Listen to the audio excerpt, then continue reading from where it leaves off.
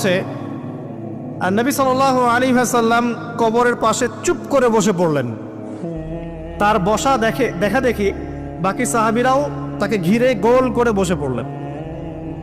তারা বলছেন আমরা এমনভাবে এখানে বসেছিলাম যেন আমাদের মাথার উপরে পাখি এসে বসতে পারে, চুপচাপ, কোনো নড়াচড়া নাই।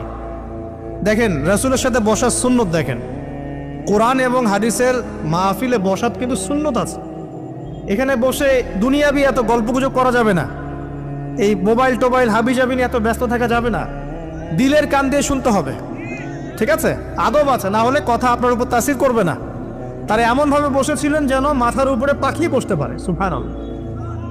এবার নবী করিম সাল্লাল্লাহু আলাইহি ওয়াসাল্লাম বলছেন যে যখন মাইয়েতকে কবরে শোয়ানো হয় তখন তাকে